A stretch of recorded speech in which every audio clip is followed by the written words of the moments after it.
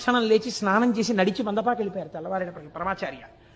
వెళ్ళిపోయి అమ్మవారికి పూజ చేశారు. మందపాకలో ఏమిటో తెలుసా అండి? మీరు కావాలంటే వెళ్ళి చూడండి, పెద్ద దేవాలయం. ప్రొద్దుటి నుంచి గోత్రనామాలతో పూజలు జరుగుతాయి.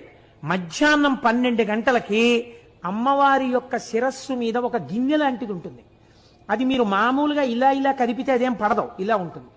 దాంట్లో పువ్వులేసి అర్చకులు అత్యంత భక్తి శ్రద్ధలతో వినయ విధేయతలతో చేతులు కట్టుకుని నిలబడి మంత్రపుష్పం చెప్తారు.